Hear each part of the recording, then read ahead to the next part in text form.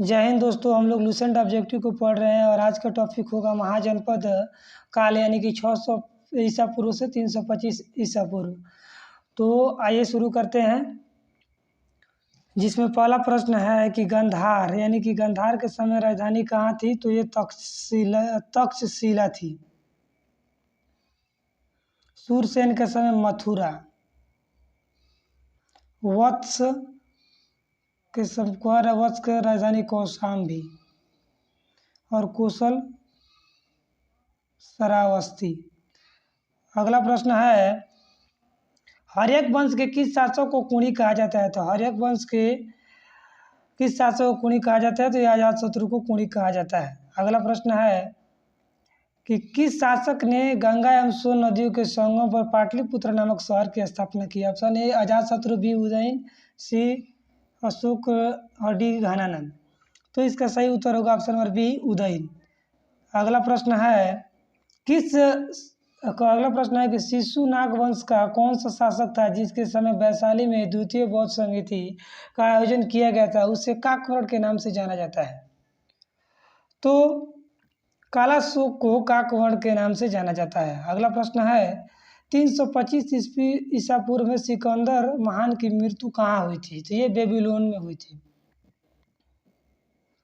अगला प्रश्न है सिकंदर महान एवं पोरस पुरु की सेनाओं ने निम्नलिखित में से किस नदी के आमने सामने वाले तटों पर पड़ाव डाला हुआ था?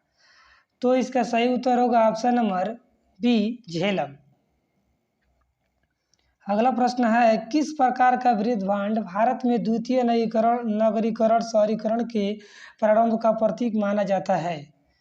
तो इसका सही उत्तर होगा ऑप्शन नंबर सी उत्तर काले पॉलीस्कृत बर्तन।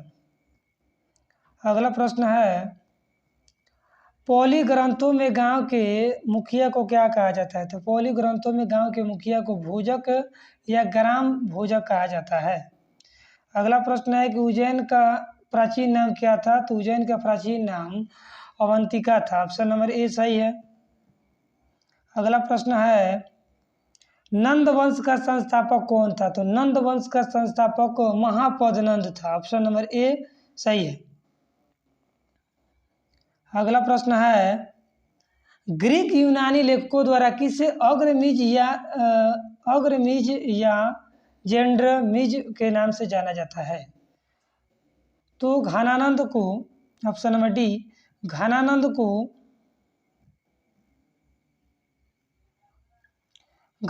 को अग्रमीज या जेंड्रमीज के नाम से जाना जाता है। अगला प्रश्न है प्राचीन भारत में पहला विदेशी आक्रमण किनके द्वारा किया गया था? तो यह ईरानियों द्वारा किया गया था। ऑप्शन नंबर ए सही है। अगला प्रश्न है प्राचीन भारत में दूसरा विदेशी आक्रमण एवं पहला यूरोपीय आक्रमण किनके द्वारा किया गया था?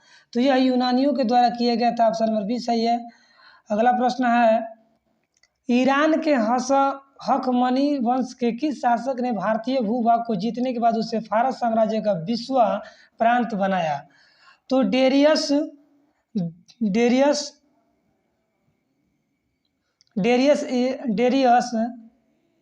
अगला प्रश्न है कि हाइडेस्पस या विस्तस्ता का युद्ध किन शासकों के बीच हुआ? तो इसका सही उत्तर होगा ऑप्शन नंबर ए सिकंदर एवं पोरस के मध्य। अगला प्रश्न है सिकंदर ने भारत पर कब आक्रमण किया था? तो इसका सही उत्तर होगा ऑप्शन नंबर ए 1326 ईसा पूर्व। अगला प्रश्न है कह रहा है कि सूची 1 को सूची 2 से सुमेलित करें शासक और वंश। तो बिंबिसार किस वंश से? तो बिंबिसार का संबंध हर्यक वंश से था। कालाशोक का संबंध शिशुनाग वंश से था, शिशुनाग वंश।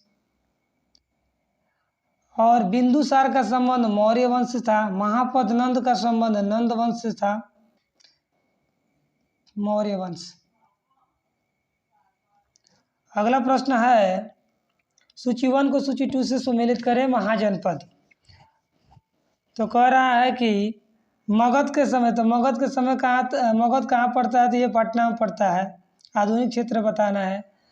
मगध कहाँ पड़ता है, तो पटना में पड़ता है। वत्स कहाँ है, तो ये इलाहाबाद कौशाम्बी। मगध कहाँ पड़ता है, तो मगध पड़ता है आपका पटना में। वत्स कहाँ पर पड़ता है, तो ये इलाहाबाद में पड़ता है। पटना, इलाहाबाद। कुशल, तो कुशल ये पड़ता है आपका अवध में, लखनऊ। और अवंती जो है ये मालवा, इसका आधुनिक क्षेत्र मालवा था। अगला प्रश्न है, मगध की प्राचीन राजधानी कौन सी थी, तो मगध की प्राचीन राजधानी गिरिब्रज या राजगीर थी। अगला प्रश्न है कि किस शासक द्वारा सर्वप्रथम पाटलिपुत्र का राजधानी के रूप में चयन किया गया था, तो इसका सही उत्तर होगा ऑप्शन नंबर सी, उदयन। अगला प्रश्न है, 16 महाजनपदों की सूची उपलब्ध है महाभारत में अंगुत्तुर निकाय में, तो इसका सही उत्तर होगा ऑप्शन नंबर बी, अंगुत्तुर निकाय में। अगला प्रश्न है कि निम्नलिखित में से मगध का कौन सा राजा सिकंदर का समकालीन था, सिकंदर महान का समकालीन था, तो यह घानानंद था, नंद वंश में घानानंद। अगला प्रश्न है कि प्रथम मगध साम्राज्य का उत्कर्ष किस सदी में, प्रथम मगध साम्राज्य का उत्कर्ष किस सदी में हुआ था, तो इसका सही उत्तर होगा ऑप्शन नंबर बी, 6ठी सदी ईसा पूर्व। अगला प्रश्न है, सिकंदर की भारत में सफलता के निम्न कारण थे। भारत में तब तक कोई केंद्रीय सत्ता नहीं थी, सही बात है। उसकी सेना श्रेष्ठ प्रकार की थी। उसे देश विद्रोही भारतीय शासकों का सहयोग मिला, वह एक अच्छा प्रशासक था। तो इसका यह सब सही है इसका। अगला प्रश्न है, करें सूची 1 को सूची 2 से सम्मिलित करें कि राजा और राज्य, तो किस राजा का संबंध किस राज्य से है, तो जो प्रघोत है, प्रघोत का संबंध अवंती से था, अवंती। उसके बाद उदयन का संबंध वत्स, प्रसेनजीत का संबंध कौशल से था, कौशल। और अजात शत्रु का संबंध मगध से था। अगला प्रश्न है, अभिलेखीय साक्ष्य से प्रकट होता है कि नंद राजा के आदेश से एक नहर खोदी गई थी अंग में, तो इसका सही उत्तर होगा ऑप्शन नंबर सी, कलिंग। अभिलेखीय साक्ष्य से प्रकट होता है कि नंद राजा के आदेश से एक नहर खोदी गई थी, तो कहाँ पे, तो कलिंग में, उड़ीसा में पड़ता है। अगला प्रश्न है कि पहला ईरानी शासक जिसने भारत के कुछ भागों को अपने अधीन किया, उसका क्या नाम था, तो उसका नाम था डेरियस। अगला प्रश्न है, मगध के राजा अजातशत्रु का किस गणराज्य के साथ युद्ध रहा, तो इसका उत्तर होगा ऑप्शन नंबर ए, वैशाली।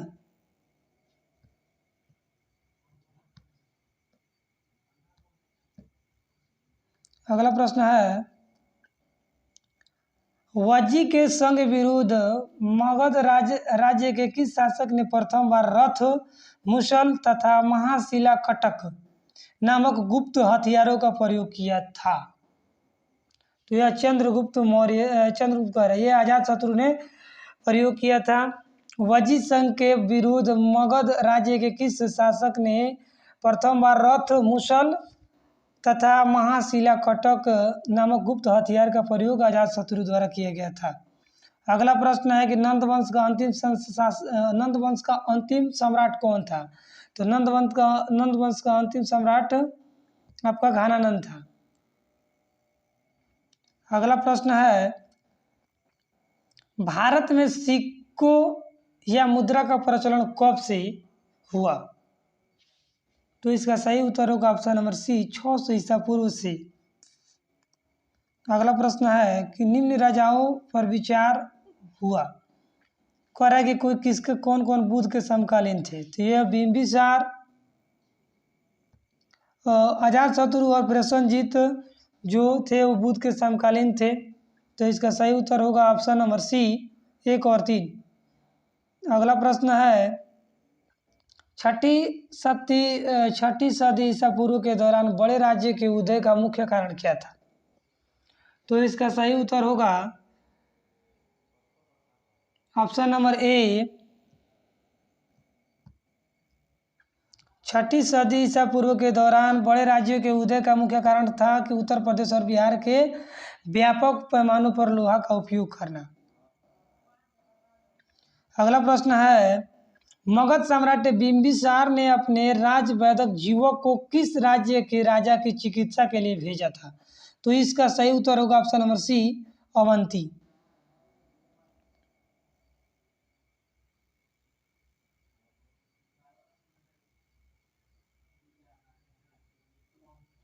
अगला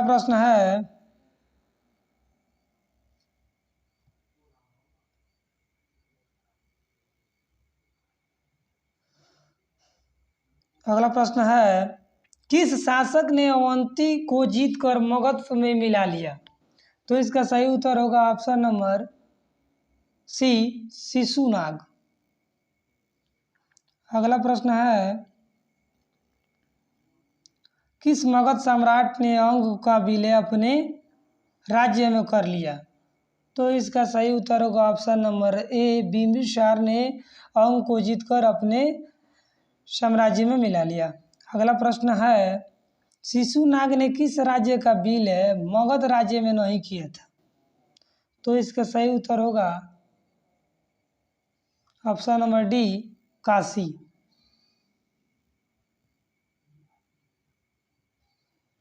अगला प्रश्न है कि काशी और लिच्छवी का विलय मगध साम्राज्य में किसने किया था? तो इसका सही उत्तर होगा ऑप्शन नंबर बी अजातशत्रु। अगला प्रश्न है कि मगध साम्राज्य के बारे में कौन सा कथन सही नहीं है? पुराणों एवं महाकाव्यों के अनुसार कौन सही नहीं है? पुराणों एवं महाकाव्यों के अनुसार इसकी स्थापना बृहदत्त ने की थी, तो ये बात सही है। महापद्नंद ने इसे सर्वाधिक विस्तार प्रदान किया तथा सर्व छत्रात्व एवं एकराट की उपाधि धारण की, ये भी बात सही है। गिरिब्रज राजगीर पाटलिपुत्र एवं वैशाली क्रमशः इनकी 4 राजधानियाँ थी, ये भी बात सही है। तो इसका उत्तर होगा डी नंबर, इनमें से कोई नहीं। अगला प्रश्न है कि सिकंदर के आक्रमण के समय उत्तर भारत पर निम्नलिखित राजवंशों में से किस एक का शासन था? तो ये नंद वंश का शासक था, ऑप्शन नंबर ए। अगला प्रश्न है निम्नलिखित में से कौन सा एक ईसा पूर्व 6ठी सदी में प्रारंभ में भारत का सर्वाधिक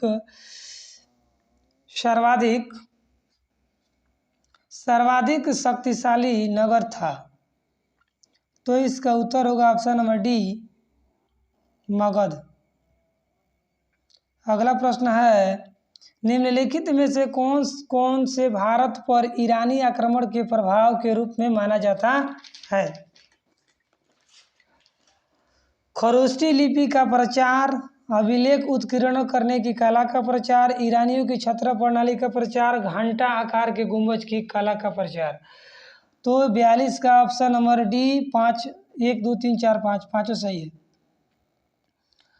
कह रहा है कि निम्न में से कौन सा एक सिकंदर के आक्रमण का प्रभाव नहीं था? तो इसका नंबर डी नंबर ऑप्शन सही है कि उसने भारत को यूनान की रियासत बनाया था,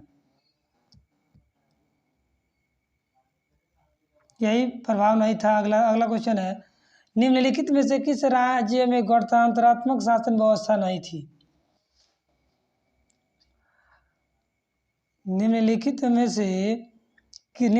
से किस राज्य में गणतंत्रात्मक शासन व्यवस्था नहीं थी? तो यह मगध में नहीं थी। अगला प्रश्न है निम्नलिखित में से किसे सेनिया नियमित और अस्थायी सेना रखने वाला कहा जाता था? तो इसका सही उत्तर होगा ऑप्शन नंबर ए बिंबिसार। अगला प्रश्न है निम्नलिखित में से किसे उग्रसेन कहा जाता था? तो ये महापद्नंद को उग्रसेन के नाम से जाना जाता है। अगला प्रश्न है कि डेरियस ने 516 ईसा पूर्व में सिंधु के तटवर्ती भूभाग को जीतकर उसे ईरान का विश्व क्षत्रपी बनाया। उससे कितना राजस्व प्राप्त होता था? तो 360 टैलेंट। अगला प्रश्न है कि निम्नलिखित में से कौन सिकंदर के साथ भारत आने वाला इतिहासकार नहीं था? तो यह हेरोडोटस नहीं था, बाकी ये तीन सिकंदर के समय आए थे। सिकंदर के साथ महाजनपद काल में श्रेणियों के संचालन को कहा जाता था? तो यह श्रेष्ठिन कहा जाता था। अगला प्रश्न है गृहपति का अर्थ होता है धनी किसान। गृहपति का अर्थ होता है धनी किसान। ऑप्शन नंबर ए सही है। अगला प्रश्न है सूची 1 को सूची 2 से सुमेलित करें। तो कह रहा है कि अष्टकूलक किसे कहा जाता है? तो अष्टकूलक कहा जाता है कि परामर्शदायी संस्था को अष्टकूलक कहा जाता है, और उच्च कोटि के अधिकारी को महापात्र कहा जाता है। बलि साधक किसानों का कर वसूलने वाले को किसानों से कर वसूलने वाले को बलि साधक कहा जाता था, और शुल्काध्यक्ष शिल्पी व व्यापारियों से शुल्क वसूलने वाले अधिकारी को शुल्काध्यक्ष कहा जाता था। तो ऑप्शन नंबर ए सही है। 1 का 1, 2 का 2 और 3 का 3 और 4 का 4। मगध के किस प्रारंभिक शासक ने राज्यारोहण के लिए अपने पिता की हत्या की एवं इसी कारण अपने पुत्र द्वारा मारा गया? तो उसका नाम था अजातशत्रु। अगला प्रश्न है विश्व का पहला गणतंत्र वैशाली में किसके द्वारा स्थापित किया गया था? तो इसका सही उत्तर होगा ऑप्शन नंबर डी, लिच्छवी। अगला प्रश्न है सूची 1 को सूची 2 से सुमेलित करें। कुरु। तो कह रहे कुरु जो थी ना, ये कुरु थी इंद्रप्रस्थ की राजधानी कुरु। इंद्रप्रस्थ। उसके बाद पंचाल। तो पंचाल की राजधानी थी अहिच्छत्र।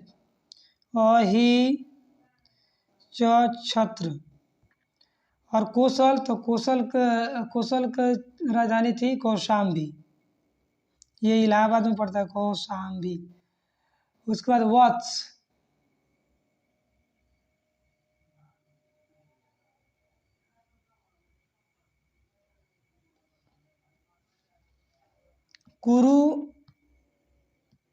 कुरु जो थी यह इंद्रप्रस्थ की राजधानी थी। कुरु इंद्रप्रस्थ की राजधानी थी। पंचाल जो राजधानी थी आपका यह अहिच्छत्र की थी। और कौशल। तो कौशल के जो थी कौशल का श्रावस्ती थी, और वस्त की कौशाम्बी थी। तो इसका सही उत्तर होगा ऑप्शन नंबर बी सही है।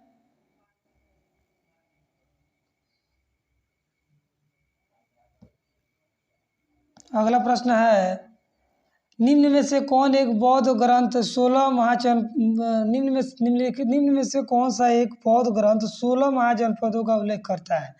तो यह अंगुत्तर निकाय करता है। अगला प्रश्न है कि 6ठी शताब्दी ईसा पूर्व का मत्स्य महाजनपद स्थित था? तो यह राजस्थान में स्थित था। ऑप्शन नंबर बी सही है। अगला प्रश्न है निम्नलिखित में से किस नदी को पहले वितस्ता के नाम से जाना जाता था? यह झेलम को जाना जाता था। अगला प्रश्न है ईरान के खमसी वंश के किस शासक ने भारतीय भूभाग को जीतने के बाद उसे फारस साम्राज्य का 20वां प्रांत बनाया? तो यह डेरियस था। यह खमसी के जब हसनी होगा, हसनी वंश। अगला प्रश्न है नंद वंश का संस्थापक कौन था? तो नंद वंश का संस्थापक महापद्म नंद। अगला प्रश्न है ग्रीक